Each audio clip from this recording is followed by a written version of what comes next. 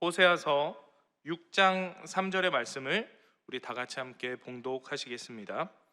우리가 야훼를 알자, 힘써 야훼를 알자. 그의 나타나심은 새벽 빛같이 어김없나니 비와 같이 땅을 적시는 늦은 비와 같이 우리에게 임하시리라 하니라. 아멘. 아는 만큼 보인다라는 말이 있습니다.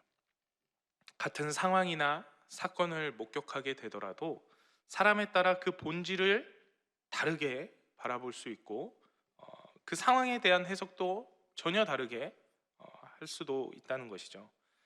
그래서 그 형사들이 막 나오는 그런 수사 드라마나 TV 프로그램들을 보면 일반인들이 찾아내지 못하는 것들을 같은 상황, 같은 시각으로 그 현장을 바라보는데 이 형사들은, 이 수사관들은 기가 막히게 우리가 찾아내지 못하는 것들을 찾아내는 것들을 볼 수가 있어요. 다 그 상황에 대한 전문적인 지식들과 어떤 정보들을 가지고 있기 때문에 바라보는 시각이 달랐던 것이겠죠. 저희 아내는 그 디자인을 하는 업으로 하는 친구인데 그렇게 자주 가지는 않은데 어쩌다가 한번 이제 전시관이나 미술관 같은 데를 간 때들이 있어요. 그러면 저는 미술 쪽에 이제 문외한인지라 봐도 별 감흥이 없고 뭐 그림을 보고서 이게 어떤 형식으로 어떻게 그려져 있는지를 잘 몰라요. 그래서 저는 혼자서 앞으로 축축 이렇게 거의 달려나가는 수준으로 그림들을 한번 훑고서 넘어갑니다. 근데 저희 아내는 한 그림 앞에 계속 이렇게 서 있어요. 저로서는 굉장히 답답한 일이죠. 저 뭐 하고 있는 건가? 그래서 저는 한참을 앞에 가서 이제 휴게 의자 같은 곳에 앉아서 쉬고 있으면 이제 나중에서야 이렇게 천천히 오죠. 그러면서 저를 한심한 듯이 바라보면서 그렇게 빨리 봐서 뭘 알 수 있냐? 어, 돈 아깝다. 뭐 이렇게 얘기를 하곤 합니다. 같은 그림을 보더라도 같은 공간 안에 있더라도 이 안에는 아는 것이 많으니까 볼 것들이 많이 있는 것이고 저는 하나도 그 미술에 대한 지식이 없다 보니까 똑같은 걸 보더라도 흥미도 없고 별 감흥이 없었던 것입니다. 오늘 말씀의 제목이 바로 힘써 하나님을 알자입니다. 하나님을 알자고 권면하고 있는 것은 내 노력과 열정을 그만큼 기울여야 하는 것을 이야기하고 있는 거예요. 내가 말씀 보지도 않고 기도하지도 않으면서 내가 하나님을 더 알아가기 원한다라는 것은 어불성설이죠. 불가능한 일이 될 것입니다. 우리가 보다 훌륭한 그리스도인으로서 성장하기 원한다면, 내가 온전한 하나님의 믿음의 백성으로 살아가기를 원한다면 우리는 당연히 하나님에 대해서, 하나님의 나라에 대해서, 그 그리스도의 구원에 대해서 더 깊이 알아가는 자들이 되어야 할 것입니다. 그분이 원하는 삶은 과연 어떤 것인지, 나를 향한 그분의 계획은, 그 뜻은 무엇인지, 그분은 어떤 성품을 가지신 분인지, 이것들에 대해서 우리가 알아가는 노력과 열정이 있어야 하나님과 함께하는 시간이 깊어지고 또 하나님의 말씀대로 그 믿음대로 살아가는 삶이 풍요로워질 수 있다는 것입니다. 오늘 함께 읽은 이 본문의 말씀을 통해서 하나님을 알아가는 것, 그것은 무엇을 뜻하는 것인지, 그리고 하나님에 대해서 우리가 무엇을 알아가야 하는 것인지에 대해서 함께 살펴보도록 하겠습니다. 오늘 이 본문 말씀이 기록된 호세아서는 분열 왕국 시대 때, 솔로몬 왕 이후의 얘기죠. 나라가 이제 분열되어졌을 때 그 북이스라엘 왕국에서 활동했던 이 호세아라는 선지자의 이야기입니다. 호세아 선지자는 특별하게도 이 하나님의 메시지를 그의 백성들에게 전달하면서 예표적인 삶을 살았어요.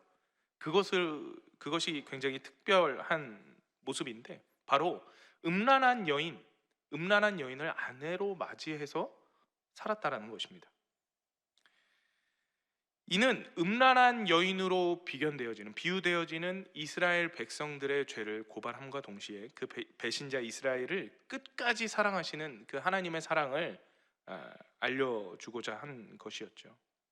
그런데 왜 이스라엘 민족이 음란한 여인으로 비유되어지고 있는 것일까?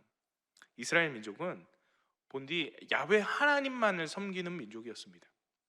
하나님께서 그들을 자신의 백성 삼으셨고 이들의 삶 속에 역사하셔서 그들을 구원하셨고 수많은 기적들을 보여주셨어요. 그리고 그들의 삶의 길을 열어서 밝히 그들의 삶을 인도해 주셨습니다. 그리고 그 모든 은혜들을 경험했던 이 이스라엘 민족은 하나님을 자신들의 유일한 하나님으로 섬기겠노라고 결단했습니다. 그러나 그들은 그렇게 살아가지 못했죠. 가나안 지역에 정착해서 살아가게 되면서 그 세상 문화의 중심의 가치관에 빠져 살아가게 되었습니다. 특히 그들의 가장 큰 죄가 무엇이었습니까? 하나님만을 섬긴다라고 결단하고 약속을 해놓고 하나님만을 섬기며 살아가지 않았던 것입니다. 다른 이방신들을 섬기며 살아갔던 것이죠. 가나안 지역에는 그 독착신이었던, 이 말씀에도 등장하는데요, 이 바알 신을 섬기며 살아가고 있었습니다. 이 비를 내려준다는 신이었어요. 농경의 신이었어요. 이것은 곧 무엇을 얘기하냐? 농경사회가 정착해서 농경사회가 주가 되어진 이 이스라엘 민족의 삶 속에 비를 내려줄 신이 필요했던 거예요. 그들의 삶에 풍요와 만족을 허락해 줄 신을 찾고 있었다라는 것이죠. 그리고 그 신을 섬기고 있었다라는 것입니다.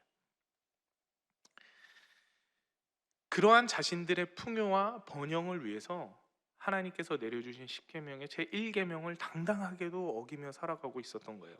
이러한 이스라엘 민족의 배교 행위를 호세아서에서는 수차례 음란한 행위로 간주하고 있습니다. 표현하고 있어요. 진정 사랑해야 할 상대, 진정 내가 존귀 여기고 섬겨야 할 배우자가 또는 연인이 있음에도 불구하고 그를 배신하고 다른 이와 사랑을 하는 것으로 표현하고 있는 것이죠. 그래서 하나님께서 이 호세아 선지자에게 이 예표적 행위를 하라고 명하셨던 것입니다. 음란한 여인과 결혼하라고 명하셨던 것이죠. 호세아서 1장 2절 말씀 같이 한번 보겠습니다.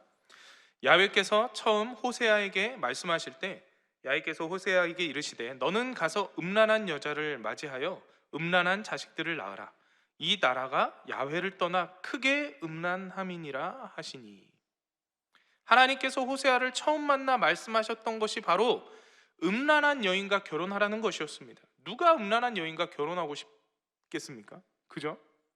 그런데 하나님께서 이 호세아 선지자에게 그렇게 명하신 것은 바로 그 행위를 통해서 이스라엘의 죄를 투영해 보이시고자 하신 것입니다. 바알신을 섬기는 그 행위 자체가 성적인 문란함을 뜻하고 있다라는 거예요. 하나님을 배반한 행위라는 것이죠. 이 바알이라는 신이 비를 내리는 신인데 바알이 하늘에서 이 비를 내려서 땅이 그 비를 받아 물을 받아 생명을 탄생하게 하는, 생명이 솟아나게 되는 것을 이들은 성적인 비유들로 여기려고 했습니다. 그래서 실제로 바알 신을 섬기는 그 신전에서는 신전 창기들을 두고 그 성적인 행위를 하는 것을 종교적 제의 행위로 여겼어요. 이처럼 호세아서에서 하나님을 버리고 바알 신을 쫓아 살아가던 이스라엘 백성들은 문란하게 살아가는 여인처럼, 음란한 여인처럼 비유되어지고 있었던 것입니다. 그런 죄악에 가득한 이스라엘 백성들에게 호세아는 하나님의 심판을 전달하면서 그 심판의 이유, 그들의 죄를 고발하고 있는 것입니다. 그리고 어김없이 그 심판이 끝이 아니라 그 심판 너머에 있는 하나님의 회복, 그 회복을 바라보게 하고 있었던 것입니다.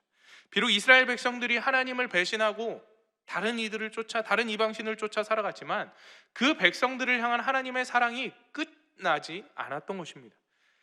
나를 떠나 다른 이방신을 쫓아 살아가는 이들을 여전히 사랑하고 있었던 것이죠. 호세아서 3장 1절 말씀 같이 보겠습니다. 야훼께서 내게 이르시되 이스라엘 자손이 다른 신을 섬기고 건포도 과자를 즐길지라도 야훼가 그들을 사랑하나니 너는 또 가서 타인의 사랑을 받아 음녀가 된 여자를 사랑하라 하시기로. 이 이스라엘 백성을 향한 하나님의 사랑은 변함이 없었어요. 이 음란을 행하는 자신의 아내를 다시 한번 품고 사랑하시기로 작정하신 것이죠. 그래서 심판 속에서 이 회복이라는 희망이 담겨져 있는 것입니다. 파괴와 멸망, 모든 것의 끝을 의미하는 이 심판이 처참한 현실이 되어졌을 때, 그 어떤 희망도 없고 좌절과 낭만과 모든 삶을 포기해야 하는 그 순간에 이르렀을 때에도 희망을 바라볼 수 있게 되는 것이죠. 하나님과의 관계 회복의 전초 과정이 바로 이 심판이 되어졌다는 것입니다. 호세아 선지자는 오늘 우리가 함께 읽은 이 본문을 통해서 그 회복을 이야기하고 있어요. 그리고 그 회복을 얻기 위해서 무엇을 해야 하느냐? 이스라엘 민족이 야훼께로, 하나님께로 돌아가야 한다라고 이야기하고 있습니다. 호세아서 6장 1절 말씀입니다. 오라, 우리가 야훼께로 돌아가자. 야훼께서 우리를 찢으셨으나 도로 낫게 하실 것이요 우리를 치셨으나 싸매어 주실 것입니다. 하나님께서 비록 대적의 손에서 우리를 버리시고 내팽겨 치신 것 같아요. 현실은 그래요. 그러나 분명 하나님이 그 모든 상처를 싸매시고 낫게 해주실이라는 사실을 알고 있었던 것입니다. 그가 비록 자신들에게 심판을 주셨지만, 고난을 주시지만 그 심판에는 합당한 이유가 있는 심판이었고, 다시금 그 심판 이후에 우리가 받은 상처, 우리의 처한 이 고난의 환경들을 다시금 회복시키실 분, 나를 사랑하시는 하나님이시라는 사실을 알고 있었던 것이죠. 그리고 그것을 이스라엘 민족에게 전달하고 있었던 것입니다. 그렇다면 하나님께로 돌아가기 위해서 그들의 삶은 어떻게 변화되어져야 했을까요? 이스라엘 민족이 어떻게 하나님께로 돌아갈 수가 있을까요? 호세아가 외쳤던 하나님께로 돌아갈 수 있는 방법, 그것은 바로 하나님을 더 깊이 알아가자는 것이었습니다. 호세아서 6장 3절 오늘 본문의 말씀입니다. 그러므로 우리가 야훼를 알자, 힘써 야훼를 알자. 그의 나타나심은 새벽 빛같이 어김없나니 비와 같이 땅을 적시는 늦은 비와 같이 우리에게 임하시리라 하니라. 이 호세아가 외치는 하나님께로 돌아갈 수 있을 방법, 그것은 하나님을 아는 것이었습니다. 여기서 이 알다, 이 아는 것이라는 이 원어 단어는 다하트라는 단어인데 바로 지식을 뜻합니다. 지식. 호세아서 다른 구절에서도 이 지식이란 뜻, 이 다하트라는 단어가 등장해요. 4장 1절을 볼까요? 이스라엘 자손들아, 야훼의 말씀을 들으라. 야훼께서 이 땅 주민과 논쟁하시나니 이 땅에는 진실도 없고 인애도 없고 하나님을 아는 지식도 없고. 여기서의 이 지식이 바로 아는 것, 알다의 단어와 같은 단어입니다. 4장 6절에도 등장하는데 4장 6절 전반부 말씀을 보면요, 내 백성이 지식이 없으므로 망하는도다. 하나님을 아는 지식이 없었다라고 말하고 있어요. 지식. 그로 인해 멸망하게 되었다라고 설명하고 있습니다. 근데 여기에서 말하는 하나님을 아는 지식, 그 지식은 우리가 문자적으로 알고 있는 그 지식, 정보나 어떤 책을 보고 어떤 누군가에게 들어서 내게 머릿속에 저장하게 된 그 지식을 말하고 있는 것이 아닙니다. 그런 것들이었다면 이 이스라엘 백성들은 너무나도 지식이 많은 자들이죠. 그죠? 하나님을 알고 아는 지식이 얼마나도 풍부한 자들입니까? 어려서부터 나면서부터 그들의 선조들을 통해 행하셨던 하나님의 놀라운 일들, 율법의 1.1획을 다 달달 외우고 공부하는 자들이 바로 이스라엘 백성들이에요. 그러한 문자적인 지식이었다면 이들은 망해서는 안 되는 자들입니다. 너무나도 말씀에, 지식에 충만한 삶을 살아가고 있는 자들이었다라는 거죠. 그러나 그 지식, 그 다하트라는 단어는 그 단어, 그 뜻을 의미하고 있는 것이 아닙니다. 알아도 내가 절대 알 수 없는 그 하나님, 그 하나님의 크고 넓으심을 조금씩 매일매일 매 순간 알아가는 그 열정과 노력을 뜻하는 것입니다. 그것이 여기 성경에서 말하는 지식이에요. 그 지식이 없었다는 것입니다. 날마다 하나님을 향해 하나님을 알아가기 위한 그 애쓰는 노력이 없었다는 것이죠. 매 순간 열과 성을 다해 하나님과 함께 동행하며 호흡하며 그분의 뜻을 알아가야 할 것인데 그렇지 않았다는 것입니다. 그래서 호세아 말하기를 하나님을 알아가야 하는데 우리가 힘써 알아가야 한다라고 얘기를 하고 있어요. 여기서 이 힘써라는 뜻은 이 추적하다, 뒤쫓는다라는 의미도 가지고 있는 단어입니다. 그렇게 하나님의 뒤를 쫓으면서 추적하면서 매 순간 따라잡을 수 없는 그분의 놀라움을, 그분의 지혜를 우리가 매 순간 매 순간 깨달아 알아가야 한다는 것입니다. 오늘 감사 365의 여호와의 말씀을 보면 우리나라의 그 유명한 실학자였던 정약용 선생님의 이야기가 등장합니다. 어려서부터 이분이 굉장히 말썽꾸러기였다고 해요. 그래서 하루는 다른 농부의 밭에 가서 그곳에 이 농작물들을 해치고 뭐 호박에 말뚝을 받고 해서 그의 농사를 다 망가뜨리게 했다고 합니다. 이 정약용 선생님의 아버지 부친이 그 말썽을 피던 그 정약용을 늘 나무라지 않고 바라만 보고 있었는데 그날은 심하게 혼을 냈다고 해요. 심하게 혼을 내면서 매를 들었다고 합니다. 혼을 내면서 했던 말이 이 양반이라 함은 백성의 수고로움을 알아야 한다라는 이야기를 했다고 합니다. 그리고 나서 이 정약용이 그때 그 사건이 너무나도 가슴에 와닿고 큰 교훈을 얻게 되어져서 이후로 백성의 그 수고로움을 알기 위해 노력하는 자가 되었다고 해요. 그래서 백성들을 위한 여러 발명품들을 개발하게 되었고 목민신서, 경세유표 등을 저술하면서 백성들의 삶을 풍요롭게 하는 데 크게 이바지한 삶을 살아가게 되었다고 합니다. 만일 정약용이 어린 시절에 그 아버지의 매를 통해 그 교훈을 얻지 못했다고 한다면 백성들을 위해 그렇게 수고하고 노력하며 애쓰는 삶을 살게 되었을까요? 아마 그렇지 못했을 것입니다. 아버지를 통해 이 정약용은 백성들을 더 알기를 원하는 자가 되었다는 거예요. 그렇게 백성들의 삶의 현실을, 그 어려움들을 이해하고자 노력하고 알게 되니 가만히 있을 수가 없었던 거예요. 자신의 지위와 지식과 노력, 그 모든 것들을 통해서 이 백성들의 삶을 돌보고자 하는 자, 돕는 자가 될 수 있었던 것입니다. 안다는 것은 이처럼 지식을 논하는 것이 아닙니다. 바로 관심과 열정입니다. 관심과 열정. 이스라엘 백성들이 멸망하게 되었던 것이 하나님을 향한 관심과 열정이 식어져 버렸기 때문입니다.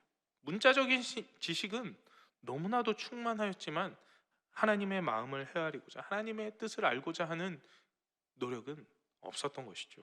매일 반복되는 삶에서, 그 삶 속에서 부단히 이 하나님을 알고자 노력했던 그들의 열심이 없었던 것입니다. 사랑하는 여러분, 우리도 매우 유의하고 경계해야 합니다. 하나님을 안다고 자부할 때들이 있어요.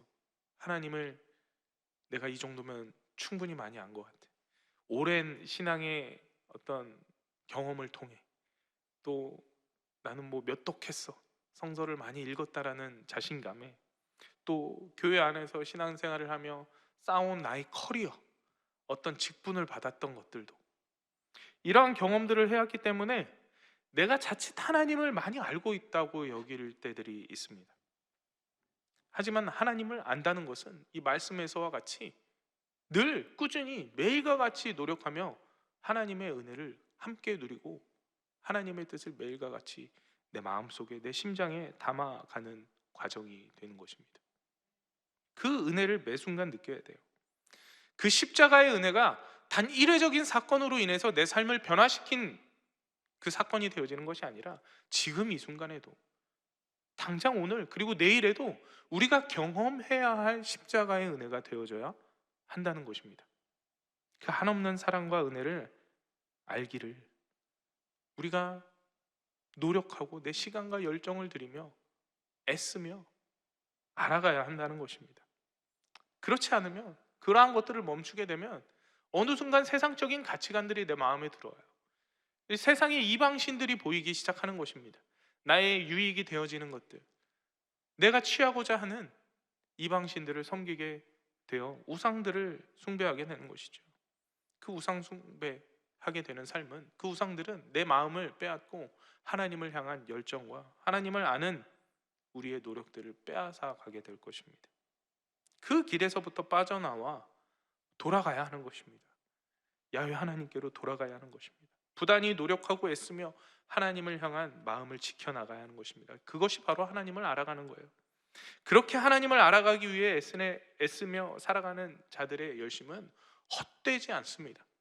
새벽빛같이 늘 일정하게 우리의 삶에 임하실 그분의 은혜가 변함없이 우리에게 임하기 때문입니다. 오늘 본문 말씀인 3절 말씀을 우리 마지막으로 다시 한 번만 보겠습니다.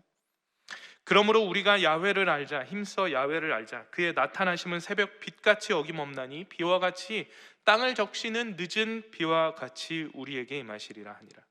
모든 흑암을 거두고 환한 세상을 가져다주는 이 새벽빛, 이 새벽빛이 하루라도 제대로 일정하게 뜨지 않은 적이 있나요? 매 순간 우리의 삶에 다가옵니다. 매 순간 그 흑암을 거두어 주시고 환한 세상을 비춰 준다는 거예요. 늘 일정하게 임하는 새벽빛같이 하나님의 임재가, 그 은혜가 우리에게 임한다는 사실입니다. 무엇을, 어떠한 것으로 임하신다는 것입니까? 바로 비와 같이, 그리고 늦은 비와 같이.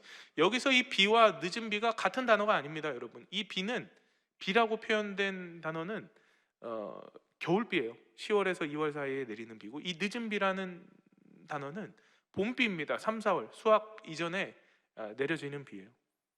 즉 이와 같이 만물을 송생케 하는, 수확하기 위해 정말 절실하게 필요한 비를 겨울에도 봄에도 늘 일정하게 내려주셔서 하나님을 힘써 알기 원하는 자들에게 변함없이 그 풍요로움과 만족을 허락하게 하신다는 것입니다.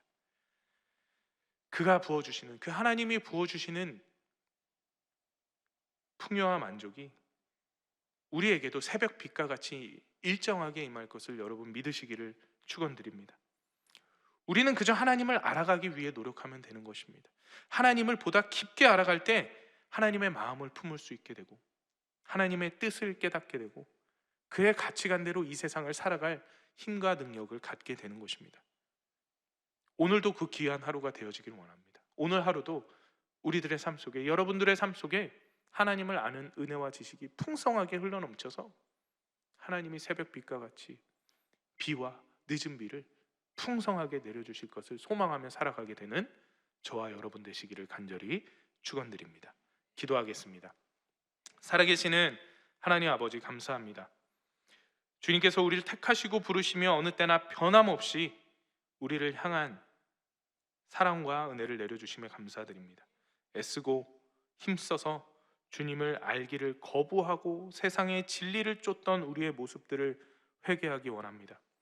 주여, 연약한 심령 위에 임하셔서 주를 향한 지식으로 가득한 자 되게 하여 주시고, 그로 말미암아 우리의 삶의 모습이 성령으로 충만한 삶을 살아갈 수 있는 자들 되게 하여 주시옵소서. 오늘도 이 믿음으로 주의 전에 이르고 예배드리며 기쁨으로 예물 드리는 손길들이 있습니다. 주님 축복하여 주셔서 그들의 드리는 손길 위에 하늘의 복을 내려주시고 언제나 주님을 아는 은혜가 가득한 삶을 살게 하여 주시옵소서. 오늘 주님 허락하신 귀한 삶 속에서 주님과 함께 동행하며 승리하는 귀한 하루 살아가게 하여 주시옵소서. 감사드리며 이 모든 말씀 예수 그리스도의 이름으로 기도드립니다. 아멘. 하늘에 계신 우리 아버지여, 이름이 거룩히 여김을 받으시오며 나라가 임하시오며 뜻이 하늘에서 이루어진 것 같이 땅에서도 이루어지이다. 오늘 우리에게 일용할 양식을 주시옵고 우리가 우리에게 죄 지은 자를 사하여 준 것 같이 우리 죄를 사하여 주시옵고 우리를 시험에 들게 하지 마시옵고 다만 악에서 구하시옵소서. 나라와 권세와 영광이 아버지께 영원히 있사옵나이다. 아멘. 우리의 예배를 받으실 주님께 영광의 박수 올려드리겠습니다. 할렐루야. 이제 기도하는 시간입니다. 우리 나라와 민족을 위해서, 그리고 여의도 순복음교회와 이영훈 대표 총회장님을 위해서, 우리 여의도 순복음 분당교회 부흥과 또 황선웅 담임 목사님의 사역을 위해서, 또 교회에서 파송한 선교사님들을 위해서, 그리고 그 선교지들을 위해서 함께 기도하기 원합니다. 가지고 나온 기도 제목을 마음속에 품으시고 말씀을 기억하시면서 개인의 삶의 문제들을 다 주님 앞에 맡겨드리며 이 시간 함께 기도하기 원합니다. 주님의 이름 3번 부르시고 간절히 기도하겠습니다. 주여, 주여, 주여